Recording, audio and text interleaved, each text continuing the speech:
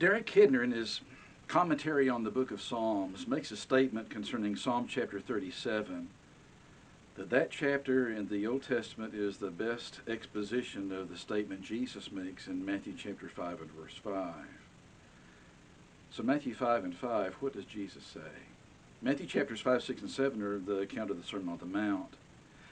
In Matthew chapter 5, in the opening part of that, the Beatitudes, the blessed statements, Jesus says in verse 5 of Matthew 5, "Blessed are the meek, for they shall inherit the earth." So why or how is Psalm chapter 37 the best exposition of that particular statement? Because the statement shows up in verse 11 of Psalm chapter 37. The meek shall inherit the earth. So how is that statement actually explained? What kind of details go along with it? And invariably, would it be the case that those individuals who have that background in Judaism that are listening to Jesus in this crowd recorded in Matthew chapter 5, 6, and 7, would they understand what the Old Testament said? I think the answer is yes. So the time we have together on this occasion, I only want to talk about Psalm chapter 37 and take a look at some of the statements that are made. To begin with, it's an acrostic chapter, which means that the verses in succession come from each letter of the Hebrew alphabet. Aleph is the very first letter of verse number 1, and typically there are a couple of verses together.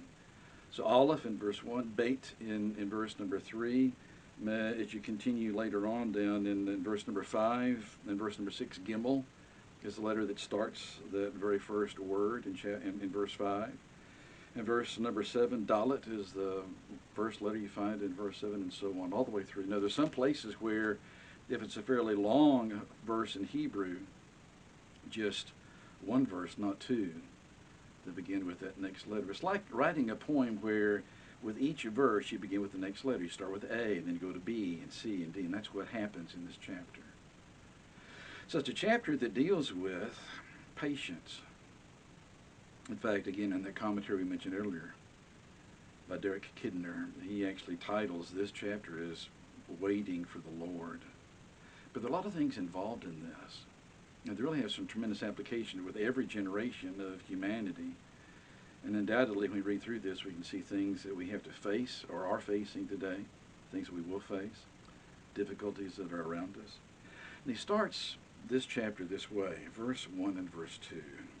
"Do not fret because of evildoers, nor be envious of the workers of iniquity, for they shall soon be cut down like the grass and wither as the green herb." Verses 1 through 8 really are an opening section deals with encouragement. And the statement, "do not fret," literally in Hebrew, it's "do not get heated. Do not become angry." And we still talk about somebody that actually has a temper. They get heated. They get riled up. Do not allow that to happen because of individuals that do things that are evil. Do not be envious of the workers of iniquity. And then he starts talking about things that really fall into that encouragement. In verse number 3, "Trust in the Lord and do good. Dwell in the land. Feed on his faithfulness." Really the statement that is used, or the word that's used for feed, carries with it strive for that faithfulness. Strive to have that kind of aspect or that character in your life. Some translations of that is keep the faith. Don't allow doubt to settle in so much that you lose your bearing in life. In verse number 4, "Delight in the Lord." Verse number 5, "Commit your way to the Lord." And the word really carries with the idea of rolling your burdens away from you. And God invites you to place those burdens upon Him. Trust in the Lord, verse number 5. Verse number 7, "Rest in the Lord, wait patiently for Him." "Do not fret" shows up again here in verse 7 and again in verse number 8. "Do not be heated because of those who prosper in their way out of evil, the man who brings wicked schemes to pass." Do not fret because of that individual. Application, verse number 8, "Cease from anger, forsake wrath. Do not fret," mentioned again. Do not get heated. It only causes harm. And the reason for not worrying about things is because of timing, and that's what he deals with in verse 19 and 11. "Evildoers shall be cut off, but those who wait on the Lord, they will inherit the earth." For yet a little while, and the wicked shall be no more. Indeed, you will look diligently for his place, but it shall be no more. But the meek shall inherit the earth, and shall delight themselves in the abundance of peace. Timing.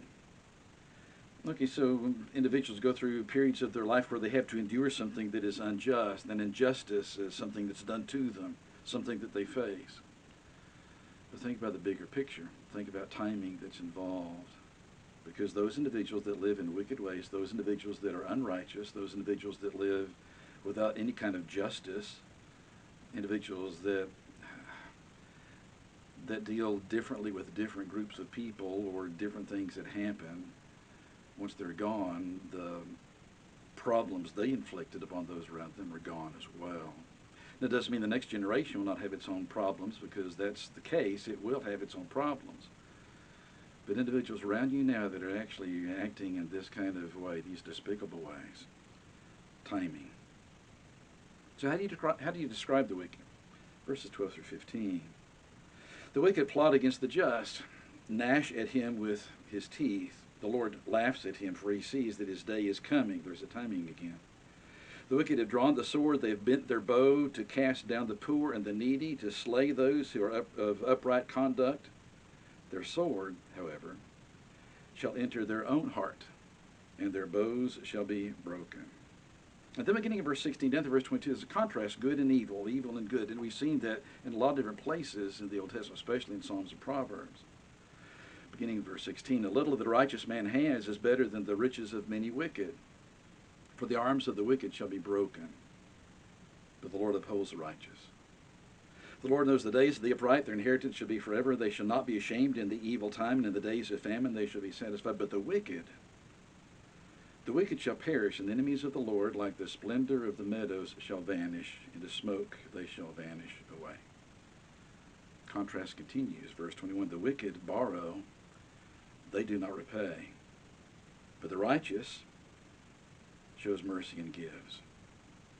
Down in verse 23 through verse 37, the observations that really are discussed. The steps of a good man are ordered by the Lord, and he delights in his way. Verse 23. Verse 24, though he fall, though the righteous man falls, he'll not be utterly cast down, for the Lord upholds him with his hand. In verse number 27, depart from evil and do good, and dwell forevermore. Verse number 30, the mouth of the righteous speak wisdom. His tongue talks of justice. The law of his God is in his heart. None of his steps shall slide. However, the wicked watch the righteous and seek to slay him. Verse 32. Timing shows up again, beginning in verse 34 down through verse 38. Wait on the Lord and keep his way, and he shall exalt you to inherit the land. When the wicked are cut off, you'll see it.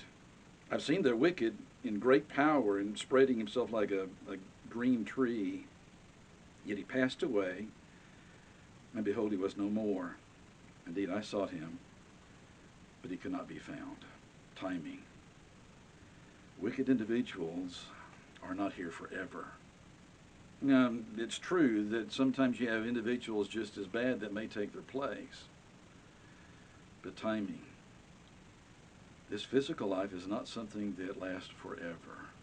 And the evils that certain people inflict upon others last only as long as their life actually persists.